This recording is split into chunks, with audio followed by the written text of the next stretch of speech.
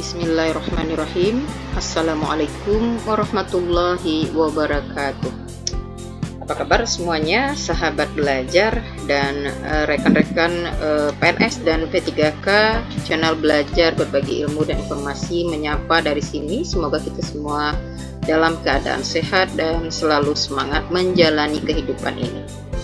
Baiklah sahabat belajar, kali ini channel belajar berbagi ilmu dan informasi atau bagi akan berbagi info penting aturan baru pakaian dinas PNS dan PPPK tahun 2025. Nah, ini bagi rekan-rekan yang berstatus sebagai PNS dan PPPK wajib tahu ini ya. Bagaimana kelanjutan informasinya? Simak kelanjutan dari video ini ya. Baiklah sahabat belajar dan rekan-rekan semua, ya kita langsung saja ke informasinya ya. Info penting aturan baru pakaian dinas PNS dan P3K Kemendikbudristek tahun 2025. Info ini didapatkan dari melintas.id yang ditulis oleh Joko Wibowo Selasa 31 Desember 2024. Jadi ini masih bisa dibilang masih info terbaru ya. Kementerian Pendidikan, Kebudayaan, Riset dan Teknologi Kemendikbudristek resmi merilis aturan baru mengenai pakaian dinas bagi pegawai negeri sipil atau PNS dan pegawai pemerintah dengan perjanjian kerja P3K di lingkungan Kementerian Pendidikan Dasar dan Menengah Kemendikbudristek. Aturan yang tertuang dalam Surat Edaran Nomor 15 Tahun 2024 ini bertujuan untuk meningkatkan kerapian, penampilan, dan menyesuaikan dengan perkembangan budaya kerja saat ini. Aturan ini berlaku bagi guru, kepala sekolah, pengawas ya yang sekarang dinamakan dengan pendamping satuan pendidikan, dan seluruh instansi di bawah naungan Kemendikbudristek. Perubahan aturan pakaian dinas ini diharapkan mampu menciptakan suasana kerja yang lebih formal dan profesional. Aturan baru tidak hanya mengatur jenis pakaian yang dikenakan, tetapi juga menekankan pentingnya penampilan yang rapi dan sopan, mencerminkan nilai profesionalisme aparatur sipil negara atau ASN. Setiap pegawai diwajibkan mengenakan tanda pengenal sebagai bagian dari identitas mereka di lingkungan kerja.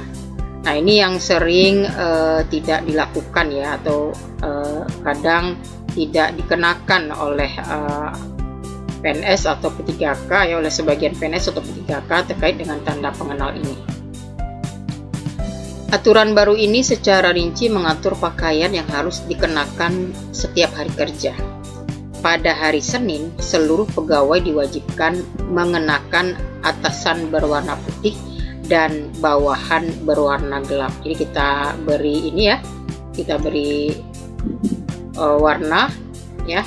Jadi pada hari Senin, seluruh pegawai diwajibkan mengenakan atasan berwarna putih dan berwarna gelap. Penampilan yang rapi dan sopan menjadi keharusan. Penggunaan tanda pengenal pegawai juga wajib dipatuhi. Kemendikbudristek berharap aturan ini dapat menciptakan suasana yang lebih resmi dan teratur di awal pekan. Kemudian sahabat belajar, untuk hari Selasa hingga Jumat, aturan pakaian lebih fleksibel.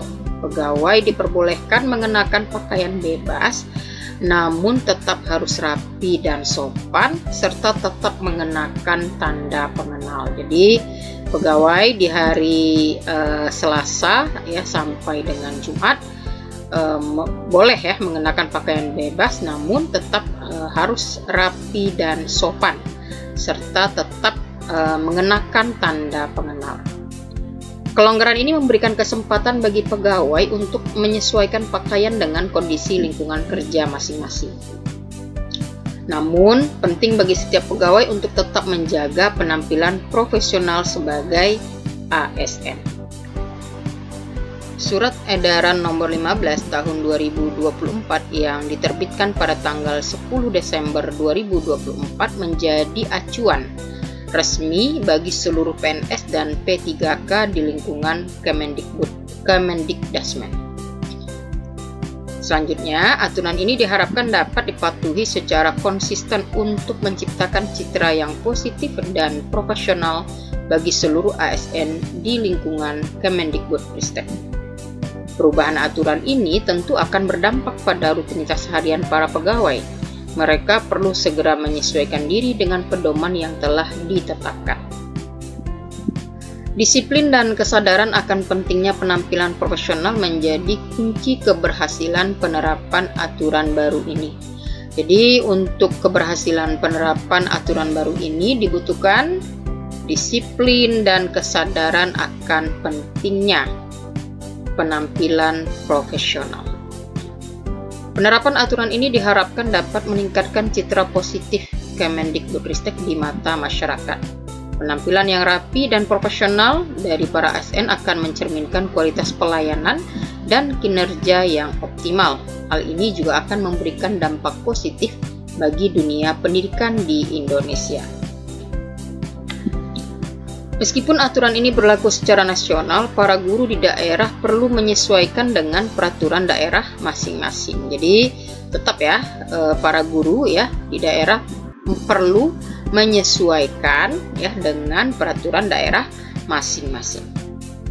Koordinasi dan komunikasi yang baik antara Kemendikbudristek dan pemerintah daerah sangat penting untuk memastikan keseragaman penerapan aturan ini.